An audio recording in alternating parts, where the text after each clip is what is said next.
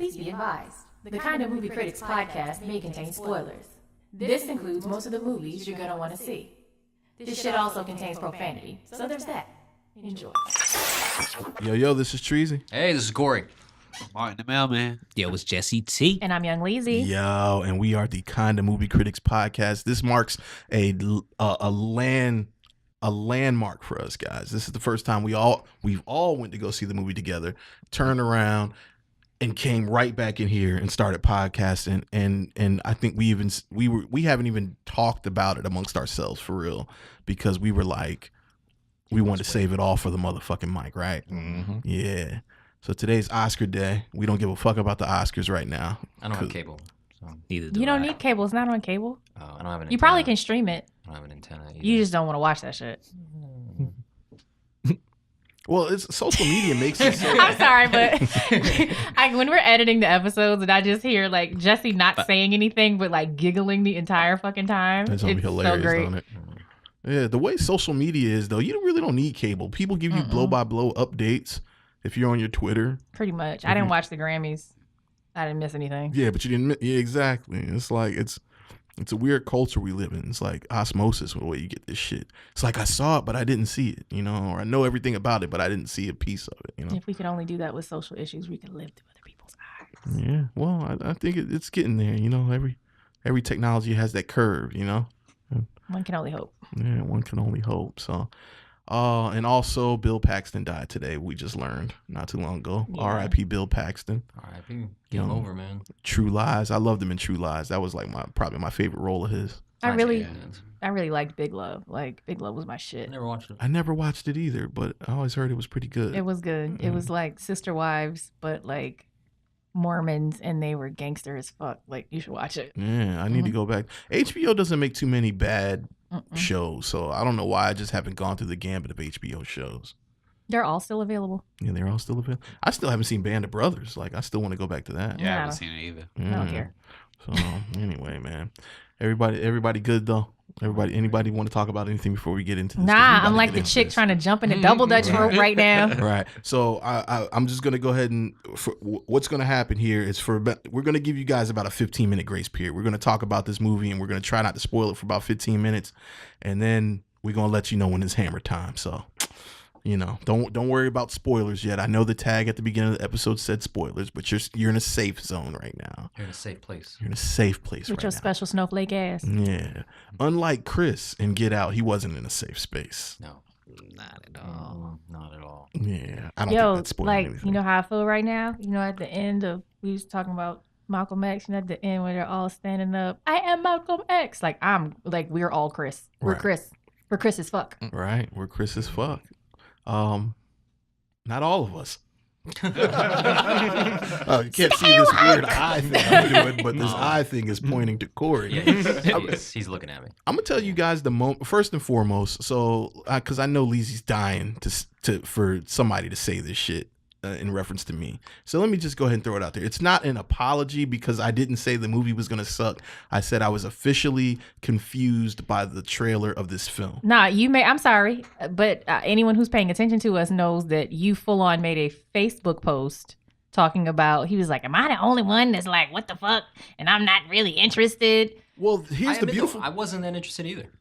There you go. I mean, but I wasn't like, that movie's gonna suck though. Right. I just was kind of like, I'll catch that when I catch it. Right. He was like, this shit looks dopey. Like, that was you. Yeah, well, okay. So it's pretty unanimous here at this table that like, and I got a couple that of you were feedbacks hating on it. No, see, you're wrong, because and I can pull up my Facebook post so I can actually tell you verbatim what I said. Yes, that's the beautiful part about social media. But the only point I was making was that the first trailer for this movie, kind of like it went. I didn't take it seriously from the first trailer. To be fair, though, I've never seen the first trailer. I only saw the second trailer, and it looked good as shit from watching the second trailer. The second one, they tidied it up a lot. Well, I believe your exact words were, am I the only person that is not taking this movie seriously? Looks entertaining, but I was genuinely confused by the trailer. Yeah, that's not saying anything bad. I was very confused. When you say you're confused, what do you say you were confused about? Like what genre it was? Yeah, when I saw the first trailer to Get Out, I was like, yo, this is like, it seems like I don't know if I'm supposed to be taking this seriously. I don't know if this is like horror. I don't know if this is comedy. I don't know if this is a hybrid. But I just took it as like a Jordan Peele mashup. That's how I took it. That's what I went with. I was confused, but knowing the Key and Peele background, I kind of was like, all right, it looked like a weird, like. I'm with him the same exact way. I was like, it's gonna be weird. It might be kind of a horror movie. It's gonna be maybe not. It's gonna be not realistic. It's gonna be like maybe satirical in nature. Like it's gonna be kind of. I just was open that this is gonna be a weird movie, and it didn't do that obviously. Right. And then, but I will say this: the second trailer looks like a horror film. Yeah, they cleaned it up a lot. I know. I think what happened was I think they were banking on people being like, "Oh, Key and Peele, that's awesome." But then people were like, "What the fuck?" Yeah. So they switch gears and say, "Well, we're going full horror here," because horror movies get people in seats all the time. Right. So I think that's where they said, "Well, we got to go full horror to make sure people actually go see this thing." Right. I guess it's like, it's kind of like what you said about Key and Peele, because when you see Key and Peele sketches, they're like very distinct. They combine like a lot of filmmaking elements or like movie tropes and stuff like that with comedy. And I guess the last thing they did before that was Keanu. I mean, Jordan Peele wrote it; he didn't direct it. Right. But I guess if you saw Keanu, you might be kind of like iffy about his execution of a horror film. Absolutely. I saw Keanu. I didn't watch Keanu, but I saw like previews for it on HBO, and I was like, what the fuck is this bullshit? Like, I wasn't interested at all. It was actually entertaining. It was. Keanu. Yeah. I never saw Keanu.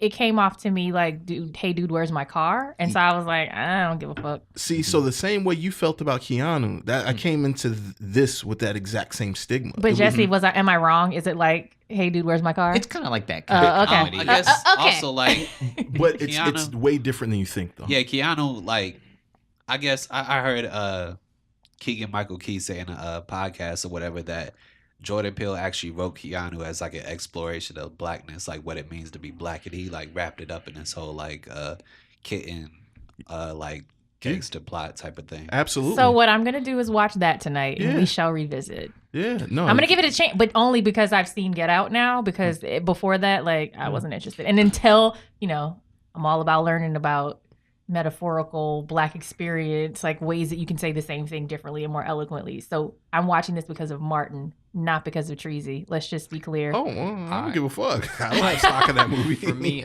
you mentioned it earlier. I thought it was going to be Guess Who's Coming to Dinner plus horror film plus Key and Peele sketch. Agreed. And then the trailer shows all the weird stuff.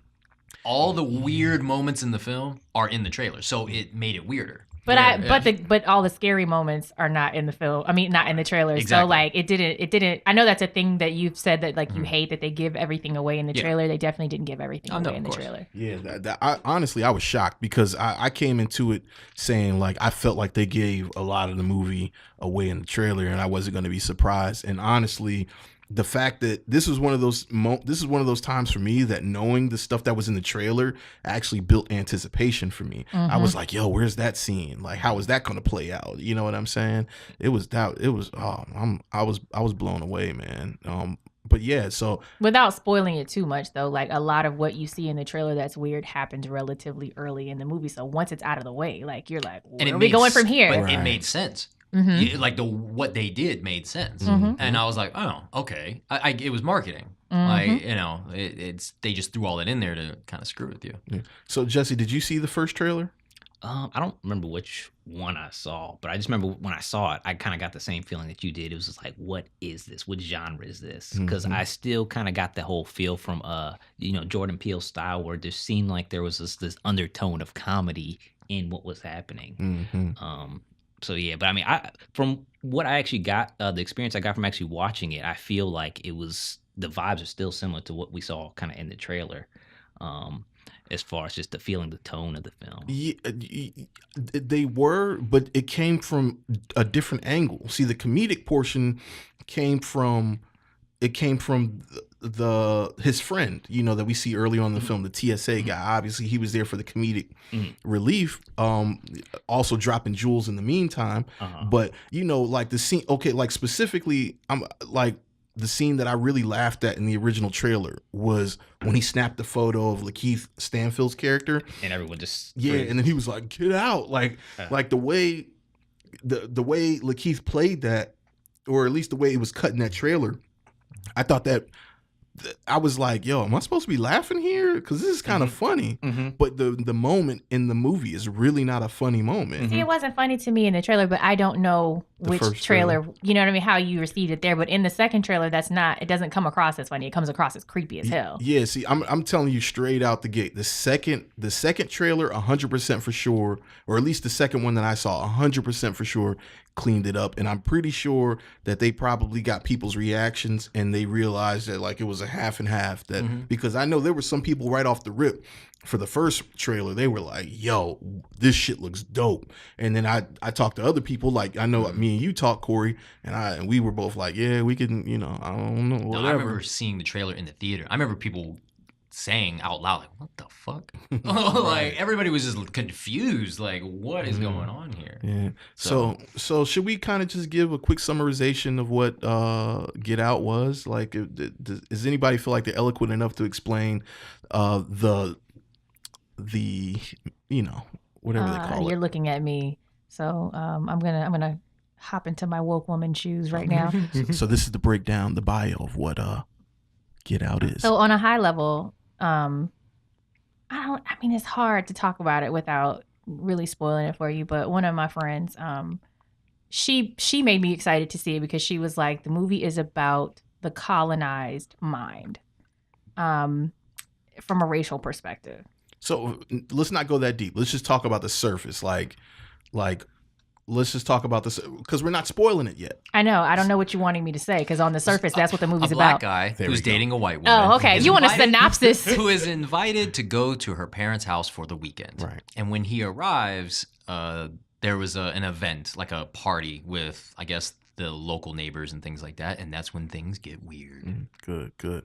Now, is there a specific moment for you guys where you knew I'm gonna love this film? I know what that moment was for me, but It was probably when I first saw Lakeith Stanfield, and he said he had the whole I guess monologue talking with his girl or whatever. He said the burbs. So I was like, oh, this is gonna be a black movie. Oh, okay. So you talking about the very first scene? Yeah, the very first scene. I was like, you were oh, gonna this Are like we it. spoiling it now or not? No, that's the very Very first first scene. scene. Oh, You okay. can't really, I mean, at that point, okay. So anybody Me, else? it was the hypnotized scene. Okay. When he goes, right. yeah. Okay. I was like, oh, we just took a left turn. That was like 30 minutes. It took like 30 minutes, 34 I mean, minutes. I was. It wasn't that I wasn't into the movie yet, but I just at that point I was like, I think that's when the movie's- That's ready when it to gets go. something Oh, different. okay. Well, that's when the I'm ready to movie rock. turns into a thriller. Like, Yeah. well, maybe the scene before that, it turns into a thriller because you're like, what the hell? Because when the guy, you see in the trailer, when the guy runs at him, I'm still in this like, what is going on? That was What? just perfect for the trailer, man. Yeah. Like, you see that in the trailer, like, what the hell is going on? That's scary as fuck. That big black dude like running towards you in the dark. I'm a black person, and a big black dude coming at me rapidly in the Looking like dark is Jerome scary Bettis. as hell. I don't know. I felt like the sinking in part was like we're now owning our weirdness. Mm-hmm. Like the weirdness now has a weird sense of purpose, and I knew that's where we were going. I was like, and it's obviously a big part of the film, hypnosis. So it's like I'm like I just something about that scene told me this is important and this is gonna be important. Right. So you didn't get that in the trailer. Like when you saw that. No, I'm telling you, I didn't know what the hell to think about this movie. Okay. The first trailer is very strange. You don't know what the hell. I'm gonna I go had back no and watch idea. it when we're done. You got to. The moment for me when I realized that I was about to really like this movie was when they started showing Chris's art, his photography, and they were playing Childish Gambino, Redbone. I flipped, nigga. When I heard that, I flipped. I was. I went full on like yeah, two-step. I was really excited about that too. But then too, my friend putting me in the mind frame that it's about the colonized mind, and then he's singing "Stay Woke." So I'm like, oh shit, here we go. Well, yeah, that's when it kind of clicked for me. I mean, because once you said the colonized, once we were talking, you were like the colonized mind. I was like, you know what? I can see that. But yeah, that was like the personification of that moment. Like that's when it appealed to all senses for me. And plus, that's like one of my favorite albums. But it was since it very came out. like It was very like Shakespearean, where it's the like that song serves as like the chorus, like the preamble, like at the beginning of Romeo and Juliet, the chorus is telling you like a synopsis of what's about to happen, like a warning. It's a warning, and I felt like that's what that was. It was like we're setting the tone here of what you're about to see without like banging you in the head with it. I felt like that was really beautifully executed and a great use of soundtrack and music. Yeah, I think one of the parts that I started to kind of get into it was when they first arrive at the house, and he's kind of the father's giving him a tour of the place, and I feel like I like the subtleties in the writing of just what the dad was saying, because a lot of this stuff was like, okay, this is not gonna end well for him at all. Right. So yeah. That part, and also the part with the when the brothers introduced, that was the part where I was like, okay, this is gonna go. Yeah. I want to talk about that so bad. I was like talking to Kory in the movie, and he was like, So I guess the last thing that maybe we can sort of talk about before we start to get into spoiling it is talk about performances. All right, let's talk about performances, man. Like I know I've gone on record on an earlier podcast saying that Daniel Kaluuya, I think that's how you pronounce his name, he makes me very uncomfortable when I see him on screen. He makes me extremely uncomfortable. It's hard to watch the guy. And this was no different. Like, I was still uncomfortable watching him, but the reason why I was uncomfortable was because he was uncomfortable. So it's like that uncomfortability sort of worked in his favor for me. But it wasn't driven by his presence, which in the past, when I watched him in Sicario and when I saw him on Black Mirror, it was just like, this dude is creepy. Awkward, yeah. He wasn't creepy in this movie. He was much more relatable, but there, like you said, it was still a discomfort, but the discomfort came from the tonality of the film and him conveying discomfort like purposefully. Yeah, I feel like that was really good casting. I would like, there was a couple parts in the movie. Oh no, he's the shit. Like, I'm here for him. Yeah, really? No, I feel like I need to see everything that he does from now on. Oh, okay. Yeah, me too. I'm gonna pay attention a lot more. He adds to me to the element of like not knowing how to take this film. Because the way he reacted early in the beginning, it was kind of off to me. It was good, but it still matched the tone of like everyone else in a way. It was just the opposite side of Agreed. it. Yeah. Agreed. Agreed. Because because I'm gonna tell you why. The interaction with the police officer, like, I had like a weird exchange there internally, because I was like, damn, he's just kind of submissive and like, oh, it's not a. I see, but here's the thing: I got it, and I was just like, that was such. Let's get to the spoilers, because that was such a metaphor, and it was so real life. Well, let's finish talking about performances first. Oh, Jesus. Well, I like Allison Williams. I am a reluctant fan of girls because I think Lena Dunham is such an interesting and weird, and she can be so dope at some moments, and then I'm just kind of like, what the fuck about her? But Allison Williams is one of my favorite parts of Girls. This movie definitely redeemed her from whatever the fuck she was trying to accomplish with Peter Pan. That was so weird. And she's the main female. Yeah, she's the lead. Right? She's the female lead in the movie. So this is another thing. I knew that this was going to be a good movie based on who was in it. I've never seen Catherine Keener in anything that was horrible. Catherine Keener's a beast, and so I was like, "Oh, this isn't going to suck at all." I feel like she wouldn't have signed on to some bullshit. I can agree. Yeah, so I've never seen her. Catherine Keener is creepy as fuck in this movie without trying really hard. Like, I just felt like the performances were really, really good. Yeah. I guess the moral of this, if anyways, people who are listening, the movie ended up being a good, kind of realistic thriller horror film. Yeah. Like, it wasn't a Key and Peele sketch. I can't say Key and Peele sketch. Yeah. I feel you. Was he involved in this, or was this just Jordan? I don't know. I think it was just Jordan. Okay. Maybe as a friend, maybe, but not, I don't know officially, but. Yeah, just Peele. I mean, I haven't heard his name associated with this project at all. Right. So maybe we know who the weak link is. Awkward silence, Jesse, but you're smiling. Ooh, maybe he's the weak link. He's doing the Predator. What do you mean he's doing the Predator? He's in the Predator. He's an actor in the Predator. Yeah. Oh, okay. He's not like writing and directing. I don't think he directs that. It's directed by Shane Black.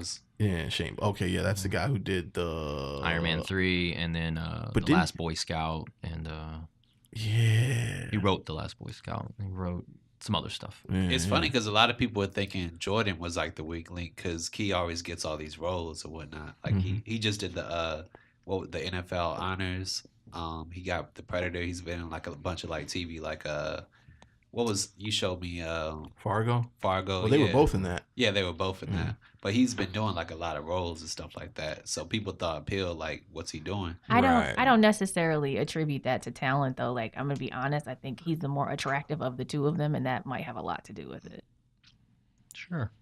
I mean, y'all are guys. You're not going to agree with me. I think But from my perspective, you know that looks matter, and in terms of like being conventionally handsome, he's more marketable. I think he does way like on Key and Peele. I think Key does way more like impressions. Like he's way more. I think his acting talent is better than Peele. You feel like he has more of a range? Yeah, he has way more range, and as far as the roles in Key and Peele. Hold on, you Key or Peele? Key. Oh shit, I don't know. See, Peele to me, Peele to me, like he's out of the two, he's the only one when I ever watch their skits, like I forget that it's Peele. Like he always get lost in a character. Yeah, I get lost in the character. When he did the one with the Gremlins 2 pitch, my god, bro. Oh my, I almost lost it, my nigga. Like that was hilarious. But we're going down a different path. Who played Allison Williams' father? And that was Bradley Whitford, which he came on my He radar. looked familiar. He was in Revenge of the Nerds too. I remember him from that. And I've seen him since then. Like I can't say like notable performances of things that he's been in, but that's the first time I remember seeing him as a child. You know who he really reminded me of? Have any of you guys seen Red State? No. Yeah, I seen it. Oh, he reminded me of the main cult leader in Red State. That's kind of like the vibe that I got from him. I guess the cult leader is kind of way more like stiff, I think. And I've seen more comedic and performances like from this Southern- actor than yeah. dramatic. So it was like really interesting to see him here. Yeah, well, see, I'm not familiar with him. Like, what else has he been in? I couldn't tell you off the top of my head, but when I have seen him, it's been more like. Well, you had a phone in your hand, so I thought you were IMDbing it down. I was, because I needed his name, but I wasn't looking at his filmography. Yeah. But he was in Cabin in the Woods, which I hated. That's pretty. yeah, he was. But see, that's a funny movie, and he was. I remember he Cabin was in like the Woods guy. wasn't funny. Yes, it is. I mean, it's funny because it sucks, but it's cheesy. It's very campy, but he's the guy that's like over the process. Behind the scenes. You know what? You're absolutely right. Yeah, who gets? Well, I don't want to spoil what Who happens cares? to him, Fuck but that it was pretty. Okay, he he's in Billy eaten by Madison. he gets eaten by the mermaid at the end. Who is he in Billy Madison? He's the guy that's like opposite Billy. He always plays like the douchey antagonist. That's him? Yeah. He's the douchey antagonist. I see him do that more often than he did really good at like not being that guy. Mm-hmm. And the performances to me were very good, man. Like I don't think not one person dropped the ball, and that's pretty rare that you see a movie and you're like there was no real weak link. Like even down to like the scene where the cop scene where he went to the police station that we'll get to. And I haven't seen her since Living Single. Dog. No, I saw her name in the credits, and I was like, oh, okay, here come Cousin Pam, like right. Erica Alexander. I think the last thing that I've seen her in was the Queen Sugar. She has like a small role in Queen Sugar. I've gotten through 2 episodes of Queen Sugar. I really need to watch that. It's decent. It's good, man. I mean, I think you'll like the perspective that it comes from. So I think we're past the 15-minute mark for anybody. So, we're officially about to go into spoiling this film. So I know you got the warning at the beginning of the episode. Shout out to me. Yeah, shout out to Leezy who does that. We're going to give you a good 10 seconds to go ahead and bid your farewell to the podcast and maybe rejoin us after you watch it. It's worth the money. It's worth your time. Go see Get Out. Go see Get Out. Go see Get Out. Do not hang how you feel about this film on the first trailer. If you're anything like me and you saw the first trailer and that's it, don't worry about that. Go see it. It's worth it. And I'm going to give you 5 seconds to depart. And also, like, the less you know about the movie is probably the better experience you're going to have. Very true. I agree. Now that you're out the room, now let's get on to the motherfuckers who have seen Get Out. And Leezy's repositioning herself. She's crossing her legs. She's going real, Sharon Stone Basic Instinct on us right now. She's about to go hard. I'm wearing panties and pants. I don't know what he's talking about. That was weird. Yeah, well, I didn't mean it like that. See, there you go, bringing in. I don't think they thought that I thought that. I mean, you say Sharon Stone because I Basic said crossing Instinct. legs and That's when switching she shows her position. vagina. All right, man. Anyway, let's get into this. Oh, Leezy, you want to spoil it? No, like this shit was everything. This movie was every fucking thing. It was so layered. And this, like, it was the wokest thing I've probably ever seen in my fucking life. Oh my god, Really? I don't want to explode. The wokest thing ever? So when the movie started, did y'all get the symbolism with the music and what was going on and the parallels between Lakeith Stanfield's story as opposed to what was going on with the main character Chris? Yeah, from like abduction. But like it was slavery. That's what they were showing you. So at the beginning, absolutely. like you get this music and they're speaking in some African tongue. I don't know which one it was because I'm not quite that advanced to be able to pick it up. And so like that was that tonality. And the guy's like, Lakeith Stanfield's like walking down the street minding his own business, which we know that's not how slavery happened, but still, Right. He's like walking down the street minding his own business, like on the phone talking to Bae, and he's like, "Oh, I'm lost in the suburbs," and like someone comes and abducts him and takes him away, and I'm like, okay, That's But then it happened Slavery to Chris. 101. I feel like that was like setting up the idea like that this is what the colonized mind used to be. And then when you get into what was going on with Chris, it's like, and this is how we're being colonized now. Right. And I was just like, oh my God, this is so layered and brilliant. And how does he have this mind to even think that way to produce this thing? Like, Right. oh, it was amazing. Was the guy who was abducted in the beginning? Was he didn't date Rose, right? Yes, he did. He did. If you notice, So what? He was on the phone with Rose then. he was on the phone he with was on the phone. Rose. Okay. Yep. All right. And if you notice, when Lil Rel, what was his character's name? The best friend. Oh, I forget. Oh. He was Well, I have my hilarious though. phone. Yeah. But He was hilarious. but The when TSA he agent. when he's doing a search for that character's name is Andre. Yeah. But when he's doing a search for Andre, his name is Rod. Rod's doing a search for Andre because he's missing, and when he pulls him up, you can see like that he's in a picture with a white girl and half of her face is cut off, and it's Allison Williams. Mhm. So like he definitely dated her too. Yep. So apparently she dated everybody. Well, that was what. Well, Yeah. see, that's that symbolism there. That scene where she was Googling the most the top image. Well, Oh man. Well, that was a metaphor to like being seduced by whiteness, Yeah. and like not necessarily the white woman, but how white supremacy works to, to place itself in a position of normalcy. That is the litmus test for normalcy, and we're seduced by whiteness. That we're so programmed to be attracted to that. This shit was so deep. Yeah, it was. I mean, for me, I just looked at I looked at that and was like, they prey upon. You understand what I'm saying? Like it's not. I mean, you can take it that way to take it literally that white women prey on black men, but that's not the way that I received it. Yeah, well, I mean, and I think it was layered, so maybe there's a double entendre there. There's But definitely a few things here and there. Yeah. About it, I think that was meant to be like funny, like her, like which my next victim is, an NCAA yes prospect. and no, but that's how it goes. You know what I'm saying? But I don't necessarily know that like white women who are preying on those black men are preying on them to colonize their minds so much as just you're rich. Well, So- yeah, but that's an angle. yeah, that's it's the not. angle. But I think it was meant to be funny. But then also too, you fast forward or actually rewind a little bit the reference to black is in style, the Tiger Woods thing, and then that these white people are becoming black. Oh no, they And- want to be black. Yeah, so there was like this other layer of like, I forgot. Every time something bad happens in the black community, but it's like it's okay to throw the ball and dance. Like there's Right. always this Yeah. reference to that. So that's what I took from that. Like white people, we love the football and we love that you can dance, but don't do anything else. But You know what I But it's mean? kind of like that whole thing, like looking for the best slave, Yeah. like the best product in a way. Yeah, just Yeah. and that was the thing they kept talking about his physical like genetic Yeah. superiority, His like that. eyes. This is what black people have going for them is their physical abilities, not our intellect, not the fact that we're just people like everybody else. But everybody else was. It seemed like the other guy. He was a jazz musician, and then he was a photographer. Right. So it's like there was another layer too of like just I'm it's not gonna just physical ability. I'm gonna Yeah. the guy that plays the groundskeeper, he was a runner. Yeah. And so that was the thing, like to put that into perspective, his father,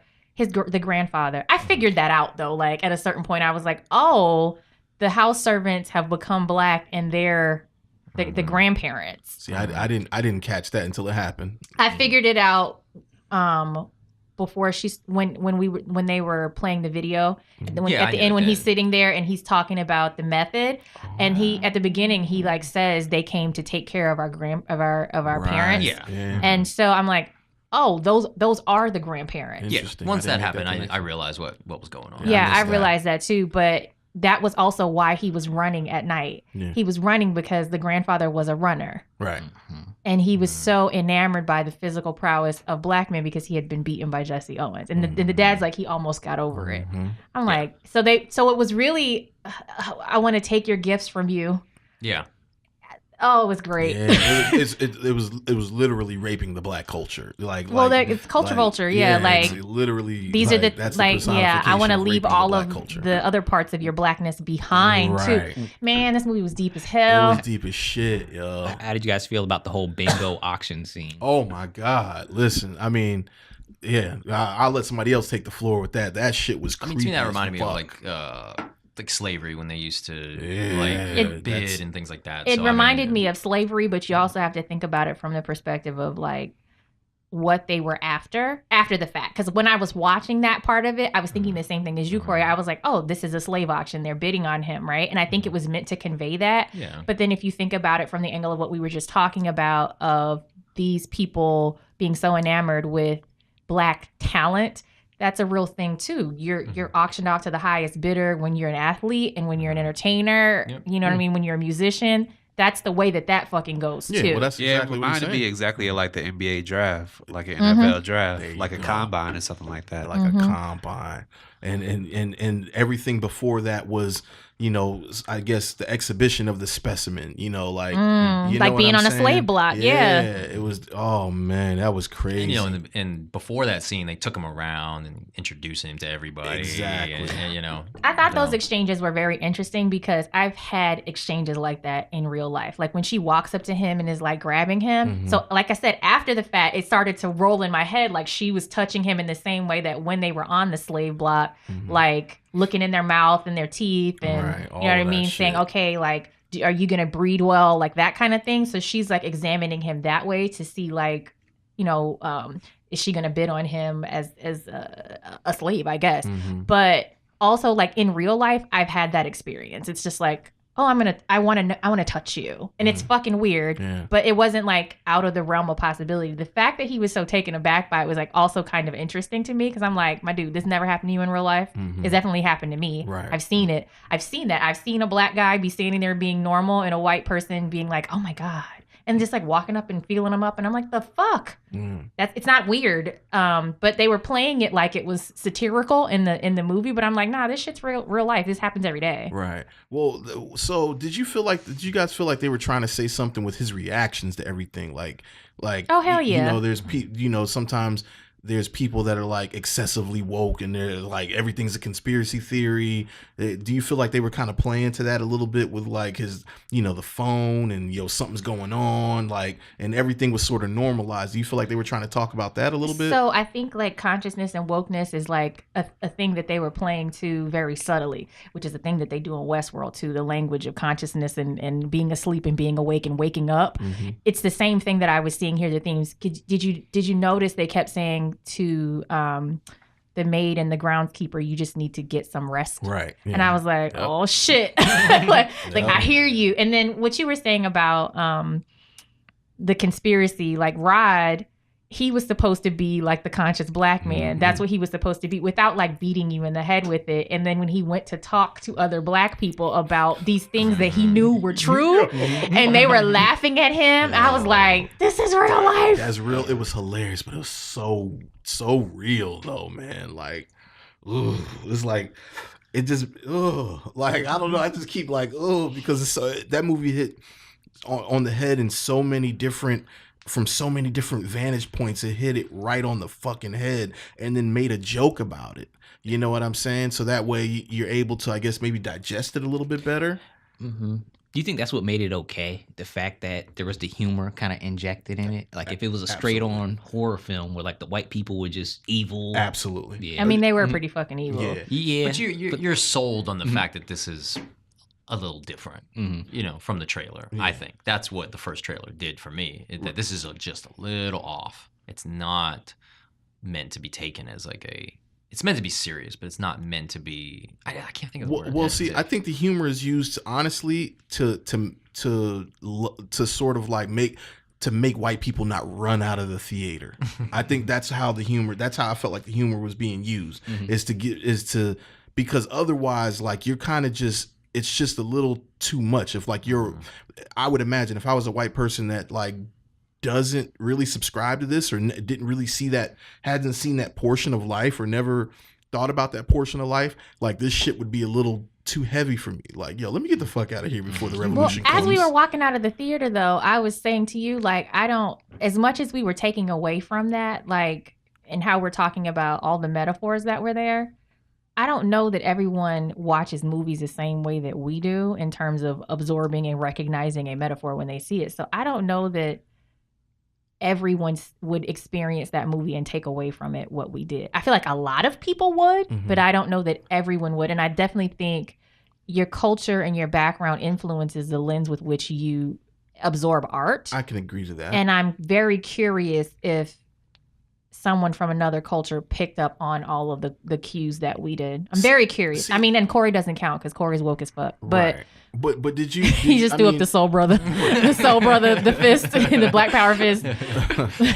but did you though, Kory? Did you gather what was happening from the rip? Oh yeah. I mean, I mean, just the fact that the one who Key and Peele. I have such a hard time saying Key and Peele are the movie, the whole guess who's coming to dinner. Like I knew we were gonna go down this road somehow, some way. That like, you know, maybe not all the angles, but the ones, you know, definitely some form of black and white culture issues. Right, but did you make the connections to slavery specifically eventually in the movie? Eventually, okay. Yeah, not in the trailer by any means, but there's all. I mean, everything we've talked about as it came through, I was like, okay, this is a reference to slavery. Oh, this is a reference to this. Reference to that. Like, yeah, I mean, I get it.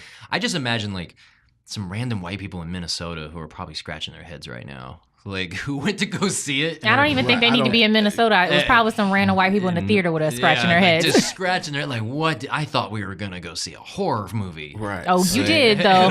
You saw a real life horror movie. Yeah. And to me, this is what real horror looks like. I've never seen Michael Myers in my fucking life. You understand what I'm saying? I mean, he was just a crazy dude. Yeah, but this is tangible horror. Like, how many times have you been around like a group of white people and you're like, yo, I definitely feel like I don't need to be in this motherfucking place right here. Like Kory talks about having those experiences a lot. I actually really have, but that's for another podcast. Right. No, I mean, I think this is the one, but this might be specifically the one. But yeah, that's real horror, man. Like, you know, considering the history and things of that nature. But the reason why I feel like not as many people didn't, like, I feel like more people got it than you think. That at least I would put my chips on that. I hope more people got it because I think it's something we definitely needed to explore. Well, see, I put my chips on that because they specifically made references to it. Like if Chris's character and his girlfriend's character and the family, if everybody danced around, you know, like the conversation that him and the father were having when he was like, I know what you're thinking, white people, black servants, you know what I'm saying? I don't like the way it looks either. That whole conversation, like if they had tiptoed around that, I could see how people maybe missed that. But they talked about it. They talked about, they didn't shy away from the race conversation at all. And I think that's what made it okay to like go in this to come in here and to get this lesson, because we had the conversation about it. There was a conversation. You saw their perspective. You saw, now here's what I think. Here's what I think more than people didn't get it. I think I think there's probably a lot of white people that got it and was like, well, yeah, that makes sense to me. Like, I but mean, I think some of that may have rolled off of some people. So like to use what you're saying as an example, they presented themselves as liberals. And I think that he was making a point there too, to say that people shroud themselves in liberalness and they're still racist as fuck and contribute to these systems of oppression. Right. And that's what I think he was trying to say there. So I don't know that comes back out of the processor the way that it maybe is intended. Well, you know what's crazy to me? And I know you're gonna try to slam me so hard on this, but I really don't give a fuck, Leezy. I really don't. The crazy part is, just like slavery, I don't think this was specifically about racism or like white supremacy. I think this was more of the message on slavery, which was like, they perceive us as so physically capable and just so capable that they want to use us to get what they need. But that's what slavery was, boo. Yeah, that's what slavery was, but that's different than racism. You understand what I'm saying? No. It's not about intent. Racism is always about effect. And I think that's what people get caught up in. And you and I had this conversation about how people perceive racism as this thing that has to have an element of hate. That I'm racist when I hate you. No, you're racist when you have actions that disproportionately negatively impact me. It doesn't matter what your fucking intention is. It doesn't matter. If you disproportionately negatively affect me, right, that's just racist. Well, this is one of those times where we should just see what Webster has to say about what racism is. To be fair though, that's what you're defining. Webster defines racism from a white perspective. Webster's the little black midget dude that was on. We don't the TV use show. slurs. We don't use ableist slurs. We don't use the M word. Anyway, I apologize, midget. I didn't mean midget. I just said it because little person. I mean, I'd love to talk to him about it, but I think Peele love to talk to him too. He wrote down a list of issues that have, in the black community and white America and all that other cool stuff, and made a horror movie out of it.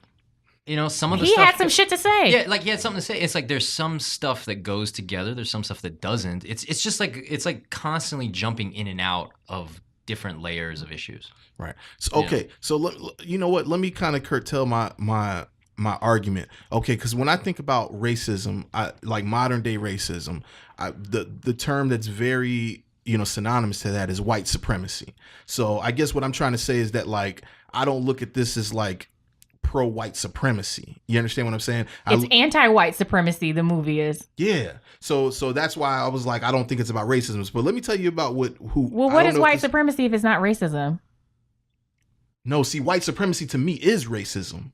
But white supremacy doesn't have to have an element of hate, my brother. That's what I'm telling you. White supremacy doesn't have to have an element of hate. What white supremacy is the normalization of whiteness as normal. Like white is normal, and everything else that's not white is other and beneath it. Right, but see, I think just like I think de facto it kind of turns into a hate thing. If you look at something that's like, if you depend on hate to see racism, you're gonna miss it every time. No, I'm not saying that I'm depending on hate to see racism. What I'm saying is that like there is a different, like, okay, let me read this definition. Let me get to that because it kind of goes to your point and it kind of goes to my point as well. Okay, so the definition. We're gonna preface this with saying that white people don't get to define racism and Webster doesn't get to define racism for me. But go ahead. Dog.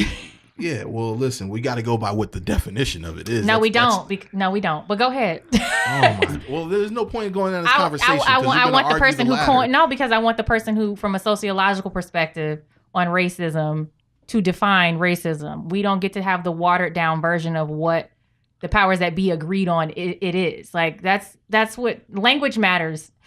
It does matter. I'm just telling you, like you're that's like.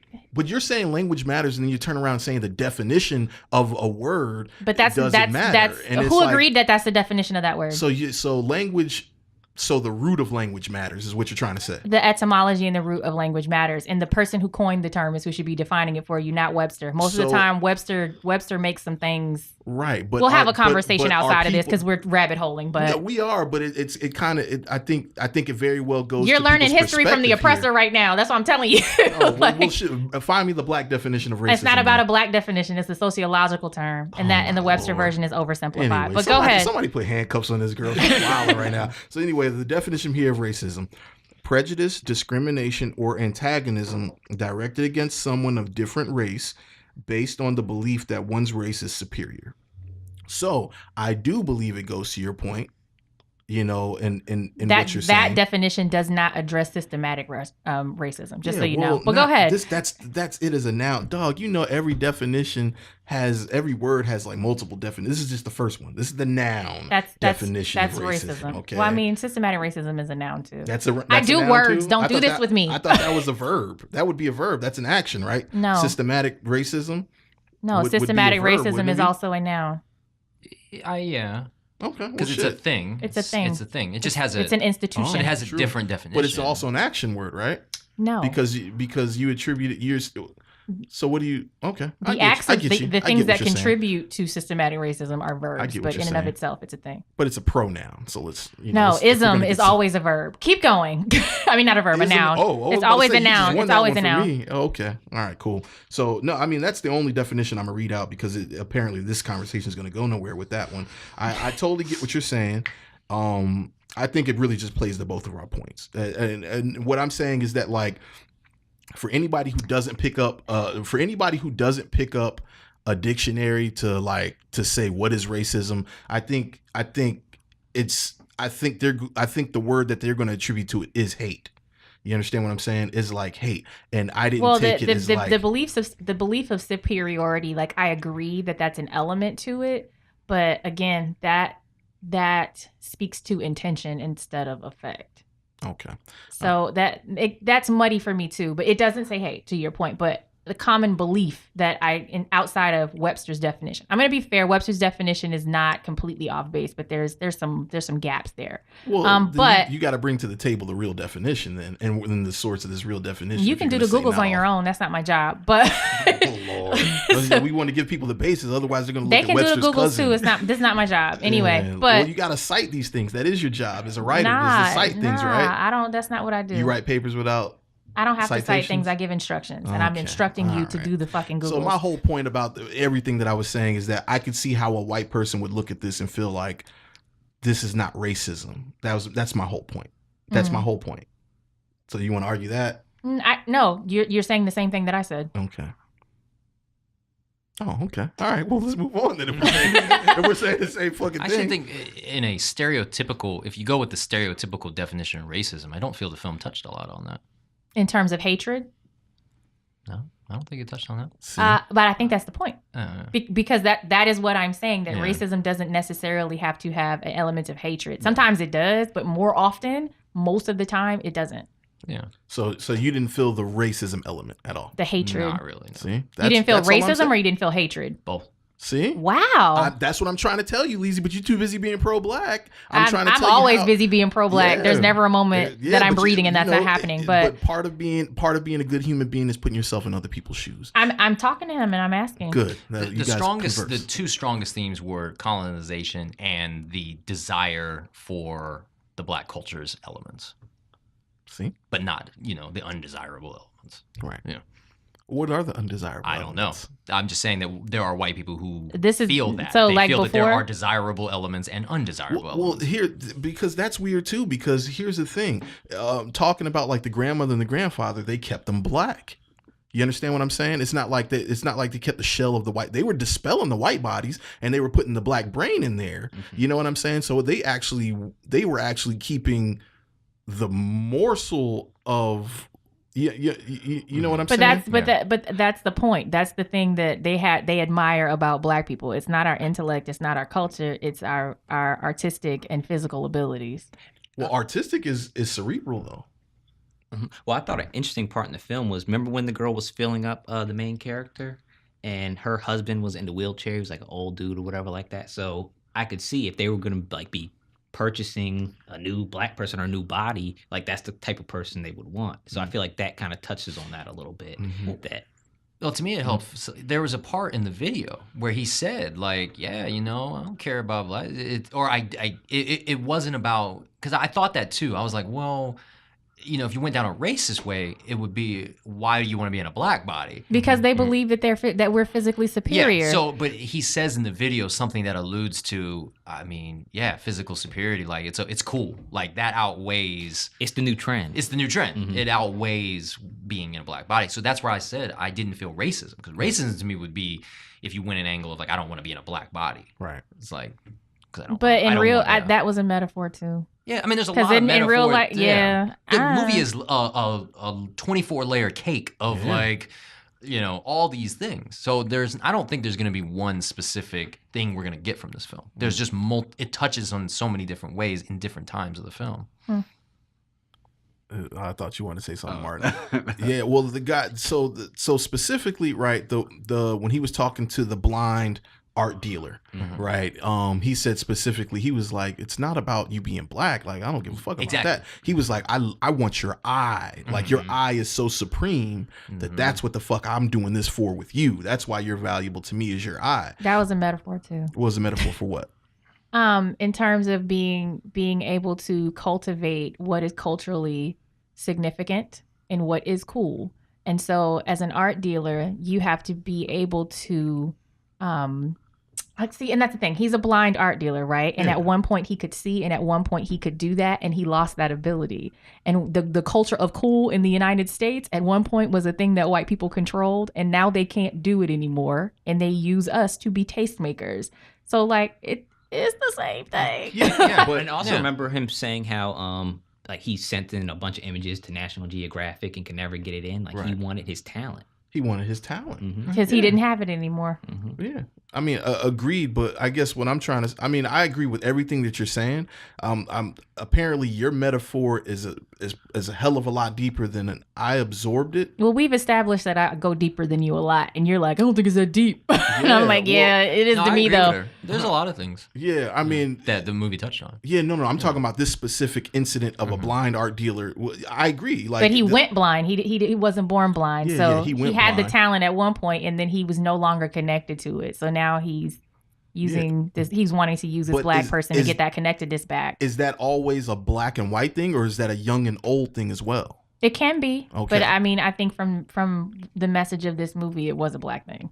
Well, he said specifically, it's not because you're black. Well, I think a lot of people believe that, but the other messages in the movie was that it's very trendy to be black. But a black man wrote this, though. So we're speaking about words that a black man wrote, and we're looking at his point of view. It's not because you're black. It's because he wrote words for a white man to say. But honestly, I agree with. I think this is where what I really liked about the movie is that there are multiple layers to one thing. I agree with you, and I agree with you. To me, you can look at it the same way. It all goes into the overall theme of the movie. Right. Is that there's just different layers to this shit. Yeah, I mean, I agree with that. Yeah. I definitely agree to that. Like, I don't think there's a wrong interpretation. Everything I don't think said, there's a wrong interpretation of it either. Yeah. And that back to, which we like to keep touching on, back to like Arrival, that was the message in that movie about your experiences being through a certain lens based on your cultural frame of reference. And so I think that having seen that before this, obviously I was thinking about that when I was sitting there. Of course, yeah. I think that that's on purpose. Right. So do you feel like Jordan Peele was trying to say that white people are evil? No. Okay. I think he just wanted to make a horror movie, and he was like, if I'm going to make it realistic, what are black people afraid of? What are black people afraid of? Wait, what? In some instances, I mean, white people. That's like a realistic fear for some black people. And I feel lot of black people. Yeah, and I feel like that's the starting point. So it's like, okay, well then, what avenues can I go to exploit that and craft a kind of story around it? And I feel like that's why I kind of thought going into is that was what the story was going to be about. It was going to be about white people being like slave owners in some sort of way. It seemed like there was going to be a modern slavery thing. That's what I got from the trailer, at least. But yeah. So let's talk about the brother then. I know we had talked about the brother a while back. Brad Pitt. Yeah, I laugh when you said that. Oh, yeah. Because he was really channeling his young Brad Pitt, like the way he acted. Like, watch younger Brad Pitt stuff. He was trying to act like Brad Pitt. He came across to me as like Brad Pitt in the movie Seven, like that's like, what he was doing. Yeah, like just I got this kid wants to be Brad Pitt. Like that's They need to put It's him in very the obvious. purge. Yeah, he's pretty creepy. The way he talked, the that- way he looked, the hair, like the it's His like all mannerisms, messy yeah. and it's yeah. That dinner scene was like one of my favorite scenes in the movie, though. For what reason? I don't know, just his performance, and I guess I mean, I'm not mad at his name is Caleb Landry. I'm not mad at Caleb. I've seen him before, and I don't remember exactly in what, but I feel like he kind of set the tone and kind of telegraphed what was coming. And it was like they were all trying to play it cool because they had a plan, and he couldn't wait. So I felt like that was him being like the neo-Nazi trope. Yeah. And it was like everybody else is y'all don't want to use the word racism, but everybody else's racism was like very systematic, and I see what his you're was saying. I see where you're his going was with like it. I have to prove that I can physically overpower you, and he was wanting to Yeah. fight him at the table. If there was one element that I could say was like classic racism, that would be it. He would represent that. Right. Like Yeah. yeah.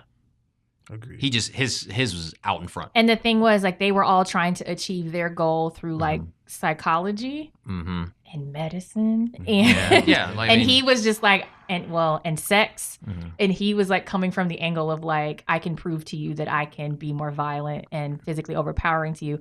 Also, he was the one that abducted Lakeith, Yeah. the Keith at the beginning, and he was wearing like that that Iron mask, and it was like Okay. it was like a knight's mask, and I felt like that was like a wink and a nod to the Crusades and Christian imperialism. Like I seen all kind of stuff watching this movie. Right. I can agree to that. and his car was white. His car was white. He has a white horse. Mm-hmm. Antiviral. That's right. Wow. Oh, I could yeah. see the white horse. Yeah, Yeah, because white horse. Yeah, there wasn't a I'm not Porsche. deep all No, the it time, was a- y'all. I yeah, promise. Yep. Yeah. But that Porsche wouldn't have a reference to a horse. Oh, what is it? Ferrari? Ferrari's a horse. Oh, okay. I see, man. But Oh. it's white. It's a mode of transportation. Yeah, the knight helmet. he's a knight coming in on a white horse to fuck you up.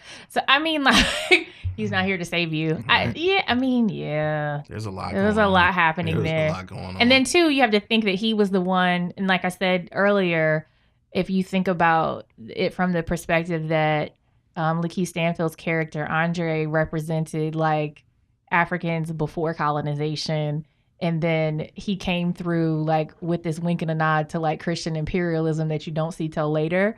Like when he abducts him, I'm like, ooh, that shit is deep. right. And they made references to his clothes like 2 or 3 times. You know, he's from Brooklyn. You don't dress like that. Like, Right. I mean, to me, that's where I got that too. Like, you've been taken and assimilated. Mm-hmm. Oh, yeah. You better Yeah. preach, Kory. Yeah, taking it in the You've been hanging around Leezy way too long. You're right. Though. You're Kory right. was woke before I got here. Yeah, or was he? Or was it? He's always I've observed Kory I on don't- I social just media like for saying- years. I He's just been woke like before I got saying, here. I or didn't do was this he? to him. I just like saying. I've been or accused was of he? doing that to people of Dude, being the it ain't alarm that clock out strong. here, Stop but it. So my favorite scene, if we're talking about favorite scenes, was the hypnosis scene. The very first hypnosis scene for a lot of different reasons. I think the style and how it was done. From a filmmaker's perspective, it was really it took a lot of like it took a lot of. It really brought you into it, the emotion of it, the emptiness of it, the disconnection, the emotion. the just sunken place. Yeah. it really took you there, like from a sensibility standpoint. And then just the mother, she was so fucking evil, man. But she was just like, it was so. Subdued. Oh my god, like that's just so. That's a metaphor too. Yeah, I want to hear your metaphor on that because I agree with you. So throughout history, like the slave mistress is like oftentimes characterized as like this harmless figure. And a lot of times that wasn't necessarily the case. She was just very stealthy as opposed to being violent. Because it was shadowed in, I want to help you. I want to help you get rid of your problem, which was Right. smoking. Like, come on in, let me help you. And yeah. I'm wondering too, I can't quite place where Chris's mom played into this. Well, I think The story about, I guess she got hit and run and she died on the side of the road. it was that he could have done something to you help know- her, and he stood on the sidelines and Well, watched because he was paralyzed Run by that back fear. for me, because when he was talking to Rose at the waterfront, I couldn't really understand him. I knew he was kind of implying that something happened. He could have done something. But what was the explanation? I couldn't So understand his mother was killed in a car accident, Yes. and she didn't come home when she was supposed to, and he didn't call the police. Right. He didn't sound the alarm Okay. that something was wrong. But had he done that, she may have lived. Okay. And something could have been done earlier. Because he was playing video games or something. Yeah, she may have lived. No. He said that he didn't do it because he felt like making that call would have made that real. Like he was just scared to face what was actually happening. What was actually happening. Okay, I see what you mean. Yeah. Message. So yeah, I mean, he came off as very like passive. Like, that's what I took from the interaction with the police officers. Like, oh, I'm very like, pacifist. Like, like. I don't think that was it so much as he was not wanting to rock the boat. That's exactly what I'm saying. Yeah. Well, when I say that, like, I think he was not unaware that what the cop was doing was inappropriate, but I think it was that he was not wanting to rock the boat, and then like she white-splained it. Right. It was a whole lot going on. She used her privilege to speak over him, and instead of allowing him to like handle it himself, and felt very proud of herself for doing it. Well, I didn't interpret that. I could see that interpretation. I interpreted it as he's like, look, this isn't new. I got that too. I'm black. This isn't really new. I'm just going to get my ID over and we're going to get through this. I thought the way that he reacted was very interesting because like, and not in that moment, I didn't think him just handing over his ID like, I'm going to be docile and get through this. I didn't think that was weird. Mm-hmm. What I thought was weird was when she like came in like, I'm saving you. I'm your savior. He just was real appreciative of it, and I'm like, ooh, her explanation for it, I feel like was very like I'm one of the good ones. No, it was no. She said specifically. I'm with you on that. I interpreted it. I'm one of the good ones. She said specifically, I'm not letting nobody fuck with my man. Okay, my wife does that now. Mm-hmm. You understand what I'm saying? That's why it's so subtle, my brother. Yeah, well, but my wife is black though. I know that, and I know that, but ultimately. You know what type of person she was. So oh yeah, and that's for sure. I mean, but the problem was bigger than that, regardless of the because we don't know why the cop was asking for the ID. The cop could have been asking for the ID because a lot of people have gone missing, and he knows that there's something with black and white connection. They never got into that. Like you're right though. That's an interesting angle to look at. Yeah, that's what I'm saying. It's like we don't know the cop's reasoning for asking for that ID because we never got to that point because she quote unquote saved him. But she didn't want the cop to look at his ID because if he was fucking missing later. Exactly. So yeah. So that's what I'm saying. So the point. So she wasn't. So it's not. It can be looked at as like she was trying to save him from the police officer, but really she was trying to cover her own tracks. Mm-hmm. You understand what I'm saying? So it's like that. But okay, and she was his savior, right? But he was so appreciative. But in the end, that's what the goal she was working towards wasn't really to help him. But he wasn't appreciative because she was a white savior. He was appreciative. He didn't know what was happening though. That's what I'm saying. He was so seduced by her. Like, so you're looking at it like we're looking at it, which is looking back. No, but when you can see the bigger picture, you understand that, and that's true in real life too. So if you were to get into a situation with your significant other, you would not want him to be appreciative if you helped him out of a situation. So I will say this: I'm not a black man, right? And I'm not dark skinned either. So what I do know is that I experience blackness in a very way that is specific to me. Mm-hmm. And how I go through things.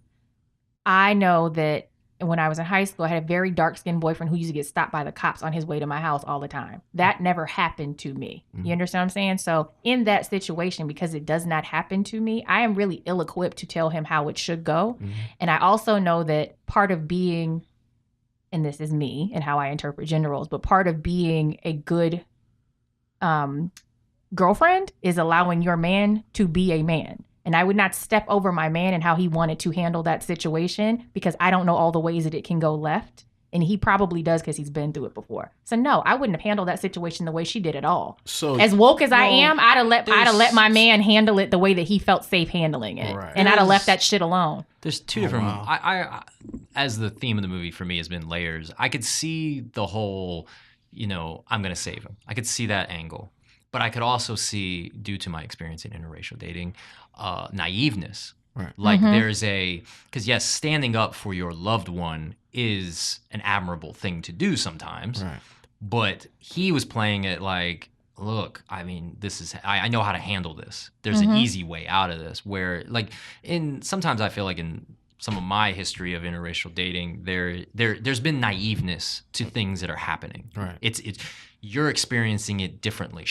If it was that route, she's experiencing that event differently than he is. But see, the thing is, the difference is with Yeah. me, I'm aware of that, and so I'm not going to intervene. I'm going to make sure that he is comfortable in that moment with how it has been handled, because that could have gone all the way left. She could have done that, and that cop could have beat his ass. Right. That's Yeah, a real for sure. possibility too. That's for sure. And because I know that, like, I would just let my man handle it. I wouldn't Yeah. have done that. But Right. that's, to me, I'm gonna go always. What I really like this movie. I actually genuinely really like this movie. Right. And I just love the fact that there are multiple scenes throughout the entire film that there's 4 to 5 different ways to look at it. Right. And I just love it. I think it's a really good film. Yeah. I guess the way I looked at it is like growing up, when you get stopped by the cops, it's kind of always cool to have like a white dude in the car, especially if he's driving, because it's like, I don't know, just Not being with with me. nothing with, well, not with you. But Have you yeah. had that experience, Kory? Yeah. I want to hear about that after Martin okay. explains. Yeah. Well, yeah, well, it's like all your homies, all like black people in the car. It's like sometimes the cops treat you much differently than it's just like, oh, a white dude, he got a ODU ID or something like that, and y'all just chilling and not doing nothing. Even if you did something wrong, it's like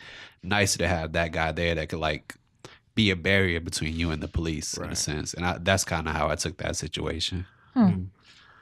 So I mean, in those situations where we got off, it was like nothing really bad happened. I was kind of appreciative that the white person was there. To So I like, have a question though, because I'm thinking about that in terms of the movie now. Do you think that in those situations you feel like there was a way that the white person could talk to a cop that you couldn't necessarily talk to a cop and they could get away with it? Because I felt like that's what happened in the movie too. I felt like she could get away with talking to the cop that way and he couldn't have. I mean, absolutely. Like that's pretty much how I think I was raised, and a lot of people was raised. Like you talk to cops a certain way. Like even learning that from like 9 years old and onward, it's like this is how you talk to police. You always use respect. You don't like reach for stuff, because I've been stopped by police. My family's been stopped by police. So it's like you already know, like that could be your last your last moments in a sense. So you gotta be smart. You gotta be very, very careful of your words and how you act and even how you look. Like don't even like stare at them. Yeah, this is a rabbit hole I Wow. could dive into. Yeah. Now, I want to hear about your experience, like on the other side of that though. Like, Well, What, first, or no? let me say, me and Kory have been stopped and searched by the police together. Yeah. Yeah. So like, Hands on the So hood. I'm a full blown witness that they don't give a fuck about him being white. No, but You what know I'm saying? going to counter with that is that it's happened with you and it's happened with Marcus and traveling. What it's caused is that they don't think we're friends, and that's an alarm. Like I mean, Right. they think that you're in distress. or no, they all the times this happened between me and him and then Marcus, they think drugs are involved. Yeah. oh, Because honestly, sometimes you think it's the way you look, so they think that my you're buying drugs from stereotypical them. appearance of sweaters and collared shirts and his Crooks and Castle sweatshirt doesn't look like we're supposed to be friends. Right. You know what I mean? So it's happened with him. They're stereotyping both of you. Yeah, they're Yeah, stereotyping both of us. So what's happened a few times is when we travel as visiting, when we go down 95 in North Carolina, we place bets on whether we're going to get stopped. Damn. Because what happens is they pull up, they pull you over for no signal, whatever, and they make all you get out of the car and they question us. They separate us, they question us, and because when I'm not going to generalize. I don't know what state troopers are trained to do. But I'm assuming when they looked at us, they go, white guy, a black guy, and a Mexican? Like, what, like, they couldn't be friends. They must be doing drugs or selling drugs. So it's happened multiple times. But back to his point, too, about how you handle police. I remember the last time it happened. Now, I'm lighthearted, and I know we're not dealing drugs. So we're on the side of the road, and I'm joking around with the state troopers. Like, and I'm like, yeah, man, you know, can I search your car? Like, I'm not being a jerk. I'm just joking around. Marcus and Mike looked at me like, shut the hell up. We could die because you're acting like this. But but I was in the mode like, I haven't done anything wrong. It's not illegal for me to talk to a state trooper.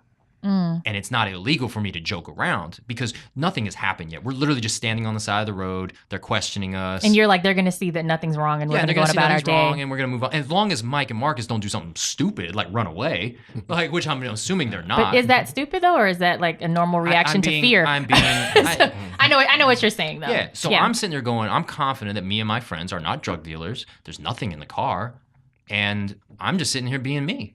But I could tell they were like, what the hell is wrong with you? Like, why are you even talking to them? And you don't get scared at all. No, because I haven't done anything wrong. I understand. I understand the rabbit hole that's going to create, but I'm just not scared because I haven't done anything wrong. Okay, and so what your point, right? And you're aware that you haven't done anything wrong, and that's why you're not scared. And to them, like, it doesn't matter to them. They're still scared because they know the ways that it can go. And I know that you know that way, but that's what I always hear from people. They're like, "Why are you running from the cops if you know you haven't done anything I'm wrong?" cautious. Don't get me wrong. I'm not. My hands. I'm not talking about you. I'm saying what I see in those situations. They're like, "Well, if you're afraid, you must be doing something wrong." When I get pulled over, my legs start shaking uncontrollably, and then I'm like, "Oh shit!" I look guilty, and then I'm like, "Oh my god!" I'm start freaking out, and I'm just shaking. I'm like I can see it. That's Damn. how That it starts. happens even if it's a cop car behind me. Yeah, I get nervous too. Not even with the lights on. If I just see a cop car behind me, the same exact thing happens. Yeah, same here, Arm man. starts sweating, and you just look. I guess at the end of the day, this is a whole nother topic. But I mean, I wasn't raised that way. I'm not afraid of police officers. And to be fair, like I'm somewhere in the middle. I'm female, and I understand that is a different experience. I'm female and I'm lighter skinned, and I understand that is a different experience for me, and that other Black women have different experiences from me as well. It's very specific to me, but I'm generally not afraid of cops, but I'm very still like, I don't trust your ass either. Well, media has made me, because my mother didn't raise me to like be scared of cops or nothing like that. She shouldn't have to. That we never touched upon that. And she raised me to be respectful. So whether it's a cop or whether it's like an old man or a young man, like it doesn't matter if somebody says something to me. Like I'm respectful first because I'm just a respectful person. You know what I'm saying? Like it'll escalate if they escalate. But yeah, like media has made me scared of cops. I was hanging out with Jude, my 76-year-old friend that I took to see Birth of a Nation. Me and him we drove down to Corolla, North Carolina together. And I called it. I said, "Jude, I promise you," and I have it on tape, "I promise you we're going to get stopped by the cops because they think that like I'm abducting you." And he's like, "What do you mean?" I said, "Dude, I'm a 35-year-old Black man. You're a 76-year-old white man. Like there's no reason for us to be in the car together." He didn't see it that way. And sure enough, we got stopped. And the beautiful thing about it, he was mic'd up because I've been doing I just been having conversations kind of with him. documenting your conversations. Yeah, documenting my conversations with him. So I had that whole conversation on tape. And the weirdest shit happened when we got stopped by the cops. Raise your hand if you guys have ever been stopped by the police and the passenger did all the talking. Wow. No, never. Never. Dog, I said all of 10 words. He spoke. Like I'm talking about, he lifted out of his seat, like moved forward and was like, "Hey sir, is there, what's the reason that you're stopping us? We're just going down to North Carolina." Like held a full-blown conversation with this dude to where all I answered was a few yes and no questions. I didn't say nothing. And what I gather from that is, okay, the cop was like, "Well, if the driver stops the passenger from talking, then we might have a problem here." The more the passenger talked, the more he realized, okay, he's here, via his own recognizance or whatever the case may be. Do you think that Jude was like very aware of what you had told him before, and so he was protecting you? I don't think so. I think maybe I don't know. We didn't have that conversation, but he still didn't seem to grasp why it happened after it happened. So I'm gonna say no. Oh wow. Okay. I think it was just a natural reaction for him to let the passenger to be a passenger and just speak to the cop. You know what I'm saying? It was weird. It was the weirdest fucking, because I remember the first time I ever got stopped with some of my homies, I tried to say something to the cop, and I'm talking about, I got 2 words in and they were like, "Sir, I am not," it was one of those, "Shut the fuck up. If I'm speaking to you, I will speak to you." But it was presented way different. It was, "Sir, I'm speaking to the driver right now. If you could please sit back. Thank you." You know what I'm saying? He told you to politely shut up. Yeah, exactly. Like, and that's the one and only time I've ever tried that. Outside of that, I've just never seen a situation like that where they let the passenger speak, and I have it all on tape. It's the crazy. I've listened to it like twice since then, and it's just the funniest thing in the world to me. Do you remember too when you borrowed my car and my inspection was like, it was like almost a year out of this is a funny one. I've been driving around with an expired inspection for almost a year. Yep. You stay snitching on yourself. I'm good now. He's good now. But this is an old car. I never got pulled once. borrow my car. He One didn't even make time. it out of downtown. No, I made. I did. I made it out of downtown, but I didn't make it to my destination. Yeah. To your point. Yeah. I got pulled over. Now I talked myself out of it because I was like, "Ma'am, it was a female. Ma'am, I'm borrowing somebody else's car to get some stuff, and I didn't pay no attention to it. So I guess she didn't want to give you the ticket."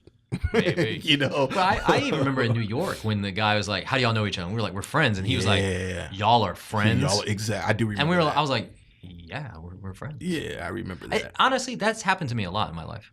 I've been places where, and sometimes not in a police setting. Like, one time I went to dinner with Dex, Marcus, and everybody, and they asked them like, "Okay, table for 4," and then they looked at me and they're like, "Can I help you?" I was like, "I'm with them."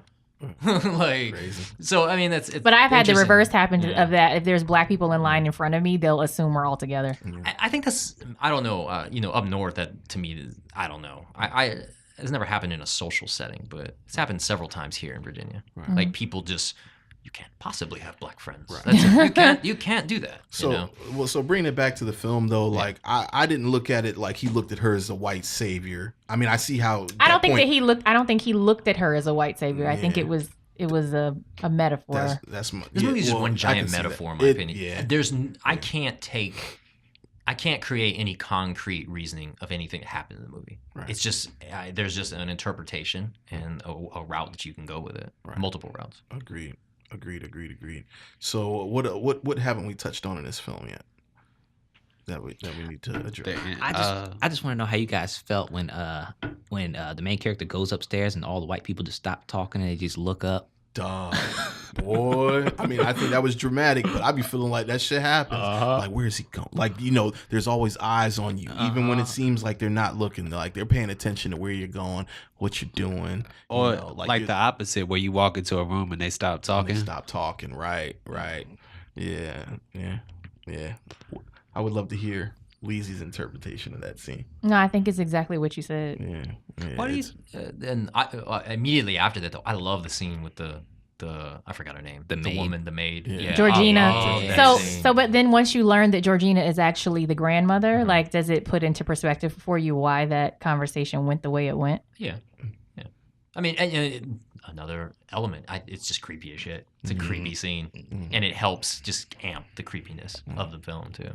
But that's what I loved about it. I mean, that was my main take from it. It's just, this is some creepy shit. And speaking to, the metaphorical elasticity of this film, you know what I'm saying? Like before we learn what the actual twist is in the film, you kind of look at the Georgina character like the whole colonized, thing is like, oh, okay, she's been integrated, and these problems that are a problem to me, she doesn't see anymore because she's one of them, because they've hypnotized her. Right, they've hypnotized her. So they say too at the end, they're like, some of you will still be there. Yeah. And you can see it trying to come out in all of them. But it's so stifled by what's been done to them. Which that is a clear metaphor. Yeah. Woo. No, this film's fucking deep. That twist, though, I will say that's again. I think the twist helps. I think the humor and the twist sort of helps not dial in so hard to where it makes it too uncomfortable for, like, if I wasn't black. You know what I'm saying? So let me ask this, because of you specifically, Kory. I was keenly aware, and so was Jesse, because he kept giggling. I was sitting between Kory and Jesse. So when he finally, wakes up, you know what I mean? And he's like, figured out a way to block out the hypnotism. And he's like, I'm gonna kill these white people. And every time he would kill a white person, the theater was erupting with applause. Yeah. And it was like an uncomfortable thing for me. Like, I was giggling at it, but it was like uncomfortable, but I was like, oh shit, I get it. Like, how did that make you feel? Like, were you keenly aware of that? Oh yeah, I definitely was. I didn't interpret that as like, yay, death to white people. Like, there were several elements from my interpretation of that. There was, typically in horror films, black guy is dead. They said that the black guy dies first. I've seen that in the advertisement. The black guy dies, but I think there was a rooting for this guy. I think that's you were rooting for him to get out. Yeah, you wanted him to get out. And then that's where and it's so evil. And I think we're a little bit I think most of the theater is aware of what's going on. of. I mean, I think they were too, and that's why they were clapping. They felt so good about like, oh, he made it out. But I just don't interpret it as a evil like death to white people. I don't interpret it that way. I just interpret it as a get out and defeat this. You could go different angles with that. I think. Do you think like that there was a message there that like revolution is sometimes violent? Of course, because I definitely took that too. But I mean, I was just But how did that make you feel? Like that doesn't bother me because there was no like collateral casualty there. Like you know what I mean? Like everybody who died like had directly done something evil. So, right. But what I liked about that, it's like when he woke up, it's like he got efficient. Like he was on a mission to get out. Like I think you better preach, Kory. Like you know what I mean. So there's no you're 100% in this. That's where you're going. You're like I'm getting out, but then he didn't kill her in the end. So because he's still a part of him still couldn't detach from it. That's where he killed, killed everybody else. Oh, that's so real. He killed everybody else just flawless. So Kory and I had a conversation earlier about. And we weren't actually talking about race, but we were talking about socialization and programming. And we were actually talking about marriage from a female and male perspective of how we're socialized to view marriage.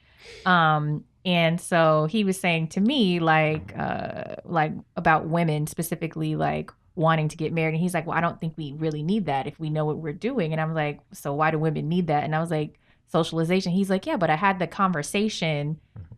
So like I said, but that doesn't mean that the programming goes away. And I think that that's exactly what you were seeing in that moment. Like he was really programmed and he was in love with this person and like not really wanting to let go of that. And so, and that shit is deep. I don't even know another way of describing it. Right. Yeah. I mean, I just think that that's realistic. Racism aside, I think that that's realistic. Well, I mean, if you think about white supremacy in terms of colonizing your mind, I don't think any of us, the example that I used when I was talking to Kory is that like I'm very aware that because of white supremacy, our beauty paradigms are set up specifically to favor a Eurocentric phenotype, right? Okay. And I straighten my hair. Right? Because I like the way my hair looks straight. But I'm aware that the reason that I like the way my hair looks straight is because it's closer to that Eurocentric beauty paradigm. Right. I haven't stopped doing it because I still like it. So like, and I realize why I do it, but that doesn't stop me from doing it. And I think like that's the message there. I think maybe too people clap because I mean it's also it's sold to you that he's winning as well. Like there was no struggle in the end there. Like once he started beating everybody up and killing everybody, it's like the guy's gonna win. But they kept telling him he was stronger than them. Yeah. So I mean, there was a part of me didn't know quite how it was gonna end, but once he started like killing 3 people, I was like, okay, well. Oh, when he touched the gun at the end, I think I audibly said like stupid because I was like, the cops are gonna fucking come. And his fingerprints are all over this gun. And he was really trying to liberate himself. And he was the guy that was good in this situation, but it looks bad because he's the black guy. But he did kill everybody. Then he killed everybody. But he had a good reason, right? Oh, for sure. But then it's like, I was thinking like, okay, and now his friend has always been woke and they're laughing at him. And he's woke and he's saying, this is what's happening to me. This is why this violence is happening. And nobody cares. And I think that's a metaphor too, but it didn't happen. That's not the way the movie ended. I did see you briefly through Facebook that like there was an article that said like, people are complaining that the movie's anti-white, but I mean. Well, one of my friends actually posted before we got the movie, she said, if you walked away from watching Get Out and the message that you took away was it was a warning against interracial dating, you didn't get it. Yeah, and I'm thinking maybe that's something that has been said too. I haven't seen it, but she said it, so I'm thinking that maybe she has seen that somewhere. I would just hate. My biggest fear is if someone watches it and just thinks that it's a regular horror film and that there's no metaphors anywhere. It's just a horror film. Like that would be my biggest fear because then you don't get it. I'm cool with that if it makes the box office bigger and gets him to do more movies and. Well, I get it from that perspective. I didn't think the movie was going to do as well. Like, I didn't think the theater was going to be as full as it was. And it made my heart smile because I'm like, yes, we're supporting something that's not typical of black films either. Right. Well, I got to see the box office because I saw Birth of a Nation at that same theater and like it was packed. But then when it came to like looking at the box office, it didn't do too well. Right. But also, scary movies, horror movies are known for people getting seats in the theater. Yeah. Like people will go see a horror movie completely blind. And then you got to consider Nate Parker's from here, and that kind of already had started circulating as well too. His premiere was here and all that good stuff. So that might have played into it as well. I think this movie's going to do very well in the box office. All just of my because friends, of Rotten Tomatoes, that that review, all of my friends as well. Like the word is traveling pretty fast. And when I say that, I don't mean locally. Like my friends all over the country are like, "Oh my God, this is so good!" And everybody that I see mentioning, everyone was like, "I'm gonna go see it tomorrow. I'm seeing it tonight. I'm seeing that soon. Oh, I can't wait to go see it." So I think it's gonna do well. Yeah, I think it's gonna do very well actually. Yeah, and then it has a lot of substance. I'm just happy that we got a horror movie. I mean, all the other great shit we talked about aside, I'm just glad that we got a horror movie with some real fucking substance in a theater, because so many times you see a horror film and you get misled by the previews or whatever the case is. You watch it and you just feel totally let down. So I'm just glad it didn't let us down. I was saying that too after the film. I was like, I'm very impressed with Peele. Yeah. Like you got this made and in theaters. I feel like this is just the beginning for him. I think. Well, he said he wants to do like 5 more movies that are kind of like social thrillers, is what he calls them. He said the next one isn't going to be about race, but he said I think he wrote Get Out maybe like right after Mad TV ended, so he's had it for a really long time. So I think he has several scripts that he wants to make. He actually said he doesn't really want to do any studio pictures at all. Oh, God bless that brother. God bless that brother, man, because I feel like I feel like we're in an age where we really don't have to. And he has a brand big enough to where I feel like he really doesn't, especially after this film. I saw Blumhouse was attached to it. I've been seeing them attached to a lot of horrors. Yeah, they did Split, right? They did Split, yep. Yeah, a lot of horror stuff. A lot of like low budget horror stuff. Low budget horror so stuff, yeah. Jordan, he probably got a lot of money off it, I think, too. Who? Jordan Peele, like going through Blumhouse. Possibly. Probably. Yeah, maybe going that route. I know they have kind of like a stranglehold on horror right now. Like anything that's horror slasher film, it seems like they're jumping in the real estate. They kind of seem like the Netflix of like horror like movies, because it's like we'll give you like $10-20 million, make whatever you want, and we're just gonna put it out. Right. But it has to like make money. Right. I would love to see his voyage into independence outside of the studio structure, because I could see how this would have been a nightmare, logistical nightmare within the studio corporate structure, just to get past certain layers. Probably not so much now. I'm sure he can write his ticket after these numbers come out, because I'm willing to bet the house that this one's gonna surprise people. This one's gonna surprise people with those numbers, man. So he could probably write his ticket after that. He might become the black Andrew Nicola, the guy who did In Time, and he also did In Time. He did what's the one that I really love, and Gattaca. Okay. He wrote Truman Show. Yeah. And so you think he's gonna kind of like morph into that with all these social issues? Can you see him doing that? Yeah, I don't know that guy's career that well to talk about it. I mean, but I think those movies are like the other end of the spectrum on how to do social issues. Where those movies, if you don't go into it thinking about social issues, it's just a movie about time running out. You know what I mean? But you can watch that movie and not get the social message, and it's still okay. Right. Looking at just a sci-fi movie. Yeah, it's just another sci-fi movie. But like to me, this movie, in order to truly understand it and get what it's doing, you have to know the message a little bit.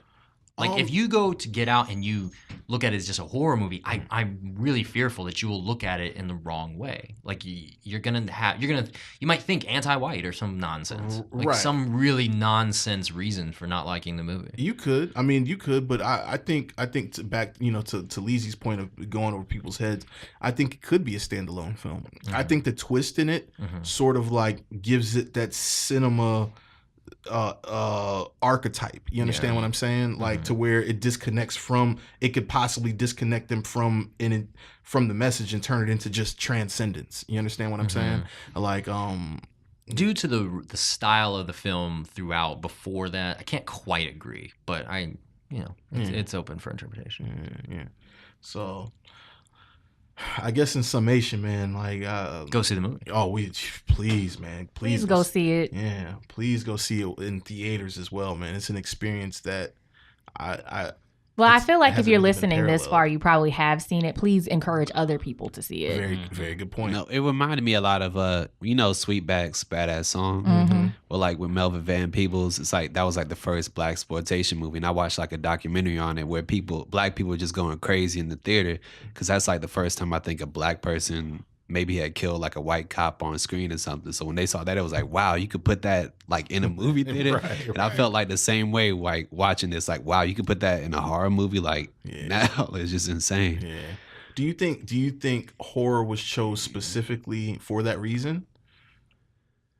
I You could get away with a lot. I wouldn't doubt it. And then also I've touched on that like horror movies sell. Mm-hmm. So it wouldn't shock me. I feel like if he was aware of all of that, like we've definitely underestimated the genius that is Jordan Peele. Yeah, I agree. I gotta bow to him right now. Same. Yeah, I gotta bow to him. I do encourage you, Leezy, to go back and look at that first trailer. I mean, it's probably gonna be hard to not see it. That's for my what it homework is. for tonight. I'm gonna look at the first trailer, and then because of Martin, I'm going to watch Keanu. Oh yeah, that's fine. I mean, I don't give a fuck if you watch Keanu or not.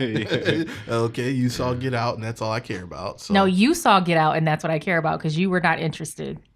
No, if I wasn't interested, I wouldn't have come. No, I mean before you were just like, meh. Well, yeah, I mean, you made me interested. I'll give you that. Well, thank you. I mean, I'm trying to give you your props here, but Appreciate you, cuz. I wasn't not interested because the message didn't interest me. No, I think once I said that to you, you became interested. To be fair, Yeah. I'm not trying to say you sleep over here. I'm just saying like the trailer didn't sell you. The trailer didn't. It sold a bunch of confusion for me, and I think that the majority of people that I talked to kind of felt the same way. That saw the first trailer, so go see the movie. And I think this is going to be the end of our discussion here for Get Out. I know we could probably go on for another hour, but we're just going to hold it at that. So please comment. We really want to hear from you on this. You guys were all, interacting with me before when I was saying I was at the movie. You were like, oh my God, I can't wait to hear what you have to say. We want to know what you have to say and what you think about our discussion. Yes. And the metaphors, if you took something different from any of these scenes, yeah, like Leezy saying, please let us know. And let me go back and share something. I know we all know about this, but a pretty big deal. Spike Lee liked our podcast on Instagram. Did you see that, Jesse? No, I I posted in the group chat. Spike Lee came through and liked one of the posts, man. He liked your post on your page, but you added him, so I think that's why you saw it. Yeah, well, I added him on the post that I did for Kind of Movie Critics as well. Oh, okay, dope. Yeah, I tagged him on the picture and everything, but yeah, he came through and liked the picture that was on my page. You know what I'm saying? And I hope he didn't read the few before when I was like, Red Hook Summer some bullshit or something. Maybe he already liked it, went back and saw it and was like, I don't want to be a motherfucking nigger. But so no, shouts out to Spike Lee, man. Go make sure you check out our 3-part Spike Lee episode that came before this episode. Just very good, insightful conversation about Spike Lee. So hats off to Spike Lee. Hopefully hats he off. listened. Yeah, hopefully he listened, man. I would love to hear his art. I would love to hear you and him have a conversation. That'd Kory. be an interesting conversation. If we were able to make that happen. You gonna that'd be send an something invite great. out for him? Try to get him on the. I'm gonna shoot a kite. I'm gonna send a kite and see if we can make it happen and turn it into a documentary. So yeah, Black History Month, man. We got Spike Lee, we got Jordan Peele, and they both kind of took us through the month of February. So guys, follow us on social media, Instagram and Facebook at Kinda Movie Critics. You can follow us on Twitter at Kinda Movie Crits, CRITS. Also subscribe to us on iTunes, SoundCloud, Google Play. Is there anything else I'm missing when it comes to that social media life? Nah, just follow us, subscribe, comment, talk to us. Yeah, talk to us, guys. And tell your friends about us, man. So we do ruin movies, but we do try to give some substance to the context of our conversation. So thank you for listening, guys. Encourage your friends to go see Get Out again for the 100th time. And remember, we call ourselves Kinda Movie Critics because we kind of are, and we're kind of not. We're just a bunch of people that like to watch movies. This has been an On-Ear Network production.